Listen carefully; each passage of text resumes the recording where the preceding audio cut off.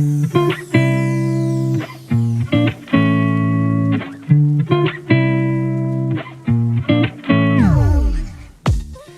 hello, hello, hello. I am here today with you to play a little bit in the world of Soundtrap. And just a couple of things to take care of ahead of time. You can follow me on Twitter at Bobbie Grennier. And if you're watching this on YouTube, please remember to subscribe to my channel so that you don't miss out on any future videos. All right, so let's go play a little bit in the world of Soundtrap. So what I've got pulled up here for you is my Soundtrap account. We're in there, and of course I'm an educator, so my account's going to look a little bit different than, say, the student account, because obviously I've got the bells and the whistles, but they've got the big bells and whistles too, because they've got the studio creator, and that's what we're after. So I'm going to kind of walk you through a little bit when you first log into Soundtrap with your students, and it's going to look like this. That's what you're going to see first. Kids, when you log in, you're not going to see any projects or anything like that at this point.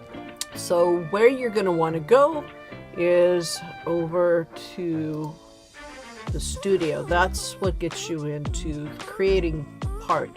But once you've been here, when you log in, your front page will look something like mine, where it will list your projects. And for teachers, you can create assignments, and you can have students collaborate together, or you can just go on into the studio if you want. So you can also, like, whatever songs you've created, whatever music you've created, you can go directly into the studio and it'll load the presets for the song that you've been in. The other thing you can do is you can come out here and you can listen to what you've already got going. For example,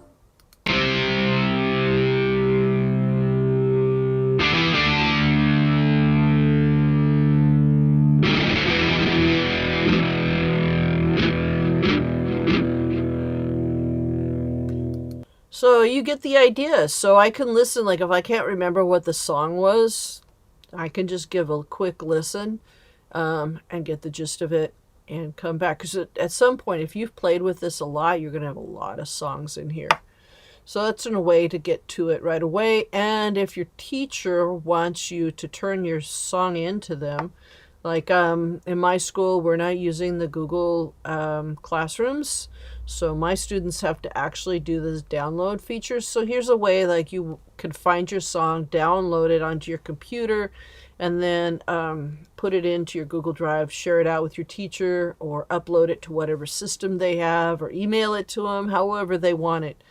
And if you do have Google Classroom, you can submit it through Google Classroom as well. So it's pretty cool. It's a pretty straightforward.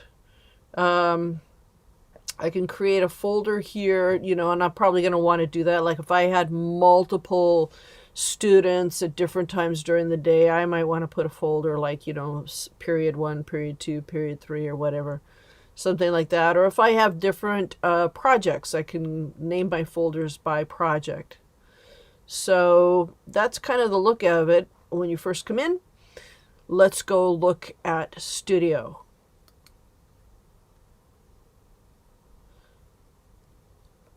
Takes a minute to load. It's pretty fast. And when you first get there, okay, now you've got the choice here. You're either going to go into a music project or you're going to go into a podcast project. This is a really great software for doing podcast presentations. I mean, really great. Or you could even start with a music project. You can add your voice and stuff from that music project. I mean, if you got in there and you decide you want to make it a podcast, that's great. Like once you've created your music, you have your soundtracks and stuff, you can just go in and do a podcast if that's what you want to do with all of this. But to be honest with you, today we're just going to go in here and click on music.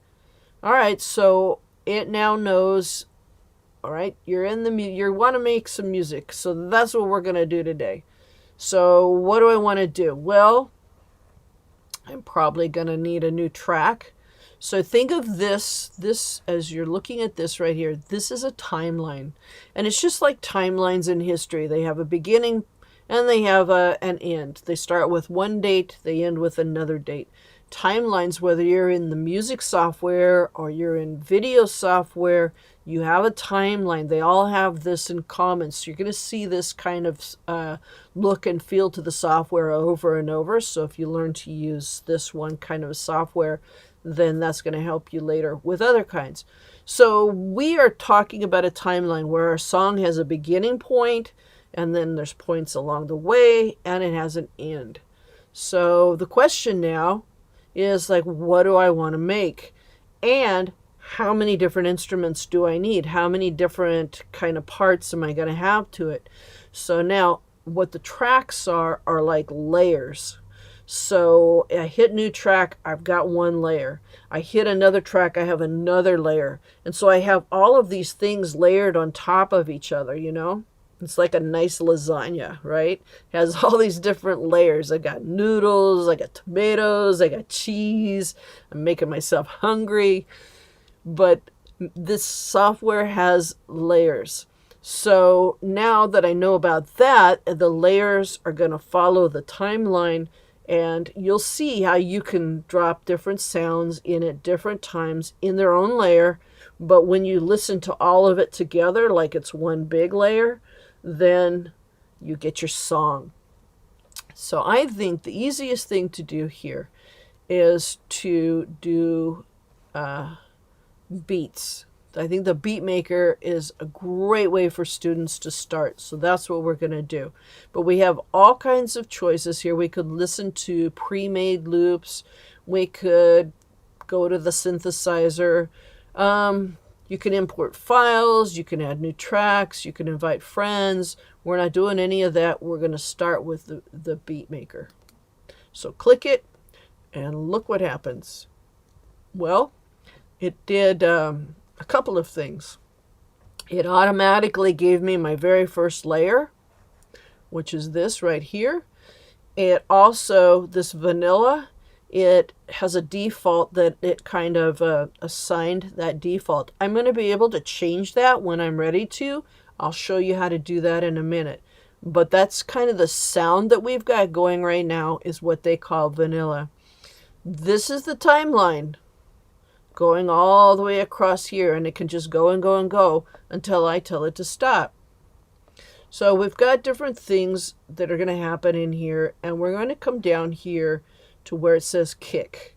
So now we're looking at kind of the drum sound, the rhythm. So we've got a kick drum, a snare drum, and a hi-hat, which is the cymbal. So like the cymbal, when you look at a cymbal, it kind of looks like a hat. Well, that's why they call it hi-hat. So here's the thing. This is so easy to use. All you have to do is come over here to like this box. Let's say I want to have that. Did you see what happened up above? Did you see up here? Suddenly I'm making music. So you should hear one kick beat if I play this. And how I play it is down here. Here's my controls. Here's my volume. If I wanted to record this, which we'll do at the end, there's how I record it. Stop it. Play. Fast forward. Rewind. Okay? So listen. Did you hear that? That was it. One kick beat. So now let's come back to that. You see that I'm out here. You don't see anything now.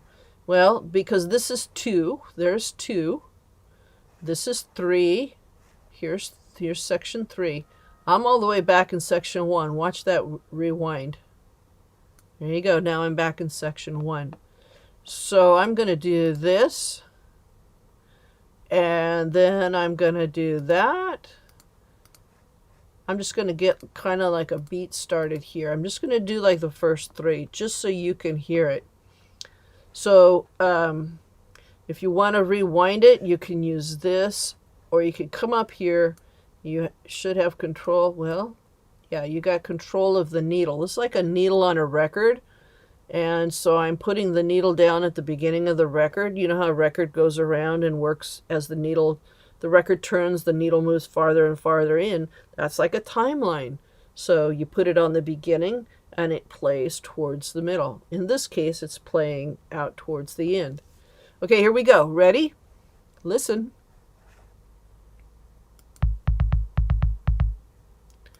All right, I just started laying down some beats. So that's what I've got so far. I kind of like that. So let's say I want to kind of repeat that pattern. Go up here, click on it. And now I did a right click. You could also use the shortcut for copy, or you can right click and do copy. And then I'm going to come over here. I'm going to put the needle right there. Did a right click again. Paste. Paste. Now what do I have? Let's listen to it.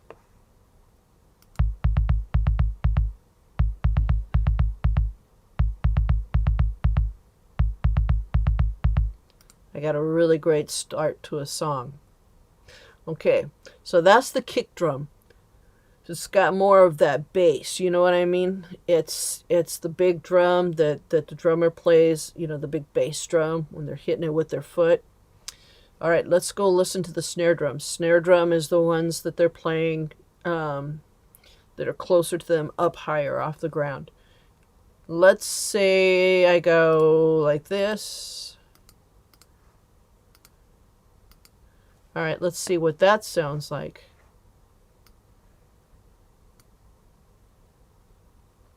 So I see that I made a mistake here. Did you see it? Did you catch it? I was over here when I laid that down. I laid that down in the fourth one. I got to come all the way back here. I need to get it in here.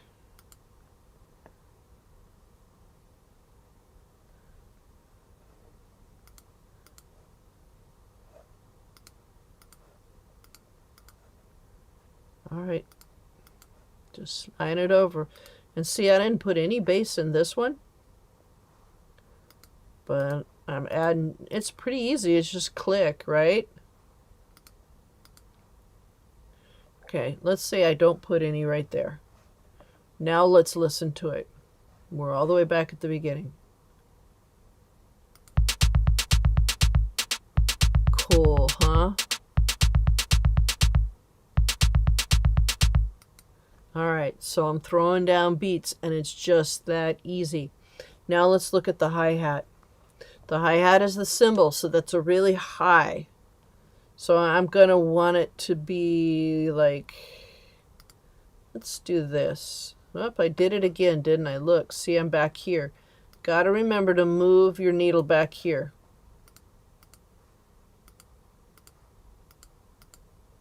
All right, let's say that that's all I wanted. Let's listen to it.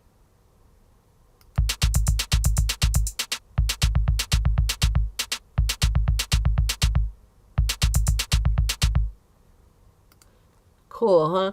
See, I changed the whole flavor of the song when I have different drums do different things. It makes a whole big difference in how it's going to sound. So I've laid down kind of my drum pattern, and I can repeat that, you know, in my song. I can grab that. Maybe that's all I want of that one. I can always create another layer and put more beats in it. I can skip over this. I could actually start here. Like if I wanted to start a new layer of beats, I could start it like in here, but I just have this down here. Okay, I know that didn't make a whole lot of sense, but it will. Watch. Okay, now I'm not totally in love with the vanilla sound, although it sounds really cool if you're trying to make a rap song, a hip hop song. It's a cool cool sounding drum set that's, you know, really great for that. So let's Did you see what I did? I just clicked that forward arrow and I went to the next one. Do you see how it changed up here? It's now that. So let's listen to what that sounds like. So once you've created your pattern, now you can have something that you can listen to see what drum do I want it to sound like. Like, am I making a pop song, a rock and roll song, country song? I'm making a rap song. What am I doing?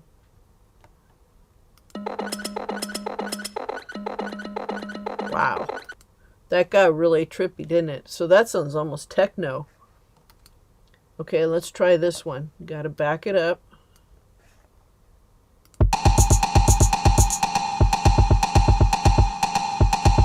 That one would be really cool for techno too.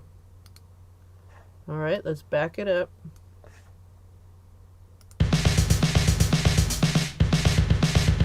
Okay, that sounds more like regular drums.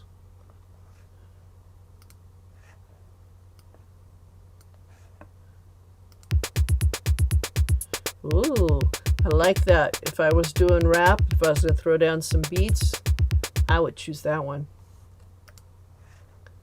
Like that one a lot. Okay, let's try the next one.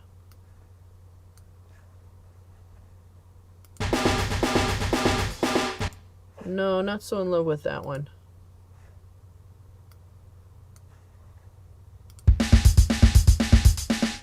Sounds a little bit like I mixed regular drums with something a little techno. So that one's kind of cool. But you get the idea, right? You understand now that you're creating the bass pattern, the rhythm pattern for your song.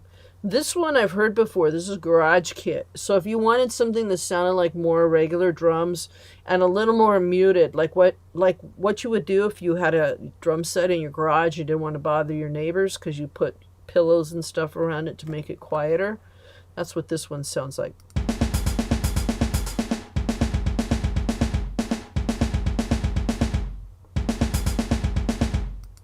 So you guys pick what you want. That is how you get the beats started. Yeah, there. I closed out of the beats and I'm back in just regular studio. I want to lay down a new track. Oh, now look, I've got choices. Do I want voice and microphones? If I was doing a rap, I would probably want that. You know, because if I had laid down my beats, now I want to do my rap poetry over the top of it. And I want to be able to hear that. That's why I'm wearing my headphones. You would wear your headphones so that the computer was only playing the beats to your ears, not out to the open. You want to be able to use your voice, use your microphone to record just your voice. You don't want to have it so that it's recording the sound of the beats and your voice at the same time.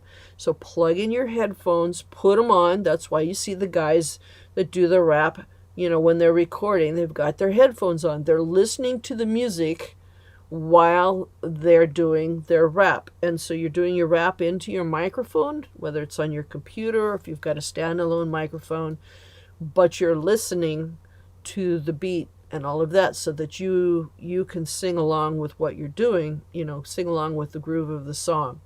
So yes, if I was doing rap, I would choose voice and microphone. If I had my keyboard plugged in, I could play piano. But you know what?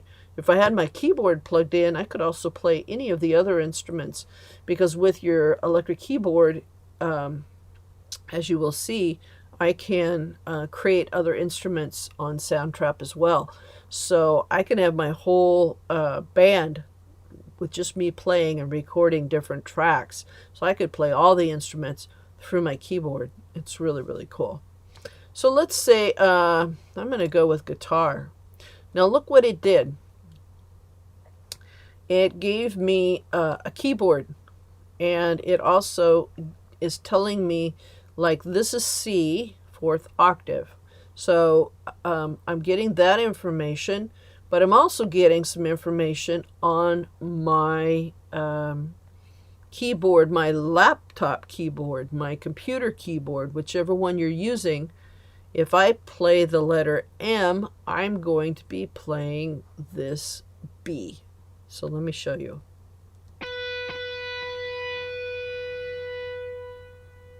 And I continued to hold it down. Now if I take my finger off of it, you're going to hear that stop. See, it's got a little bit of reverb set here. So reverb is like when you throw a rock in a pond and you have the ripple effect. How fast do the ripples go? How many of them are there? How far out does it go? In other words, how long does it last? And you can control that. Put your clicker here and you click and hold. You can drag it that way. So now let me play that same one. Now I can either push on the keyboard, I can push the letter M, or I can take my cursor and just push the key. See how much longer that reverb went? So I'm going to reset it back down. A little too much.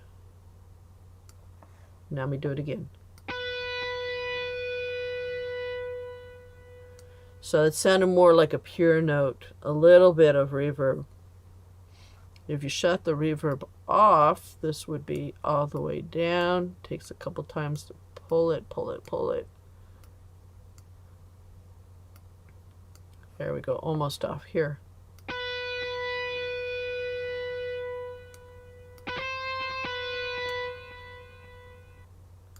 Okay.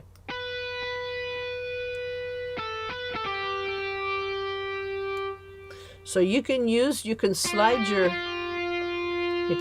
cursor around, or you can come over to your keyboard and very naturally play.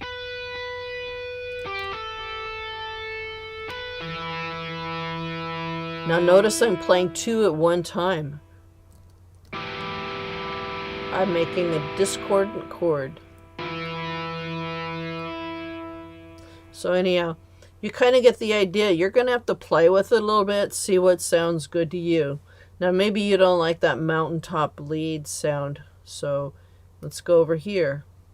Mountaintop lead 2, power chord long. What's that sound like? Ooh, that sounds like an electric guitar. Cool. Spaghetti. Okay. So you can see, like, you're just kind of going through and you're saying, now, what do I want my music to sound like? Okay, here's an acoustic guitar, which is not an electric guitar. It's just a regular guitar. That sounds a little more like a harpsichord than it does a guitar to me.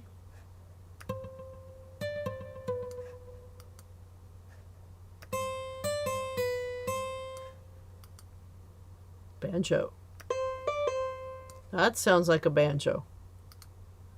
Classical guitar. There, that sounds a little more like a guitar.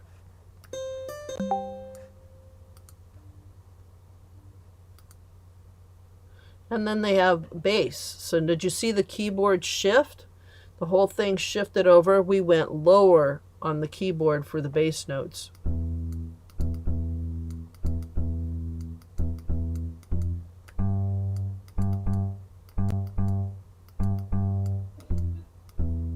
Alright, so that totally sounds like a bass.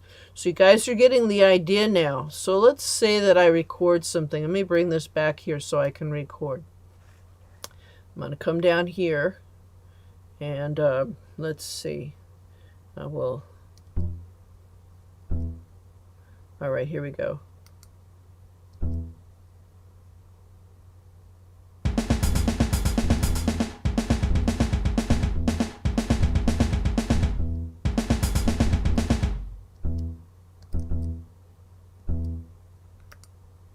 Okay, I just was hitting the note just to see what happens. Now, I don't know whether you heard that or not, but I had the drums, the beat that I laid down earlier, that was playing in my headset while I was recording. So now I should have both. When I come out of this, I'm going to click that away, and there I have it. So now I have both together. See how they're on their own layer, but they're both occupying the same timeline together. So now when I play them, they're going to both play at the same time.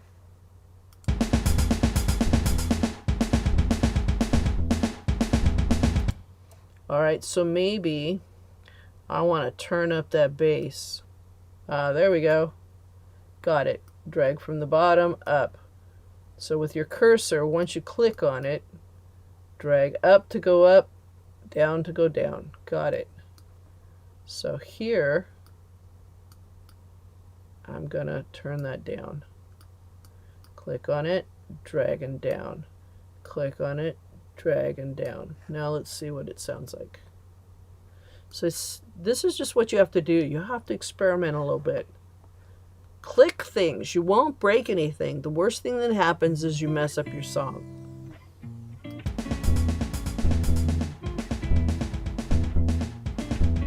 Okay, see how I brought the bass sound out more. So that's how you can control those things. And if I don't want this at all, maybe I just want the bass. I decide I don't want to get rid of it. I don't want to delete it, but I don't want it on the song. I just want to start over, but I'm going to keep that there. I just mute it.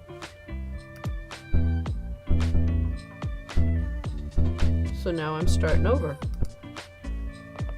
All right, it's that simple, you guys. You can go up here to tutorials. You can open that. You can explore that if you want to learn some more. There's all kinds of stuff in here to explore. Here is where you would title your song, and you would say, this is going to be my song. Kinda. And then there you go. And if I need to download it, right there, I can download it. And when I'm done, I can exit. Save the changes. Yes, please. Saves my project. And it's done, and now I'm back at the front where I started. And now my song is right there.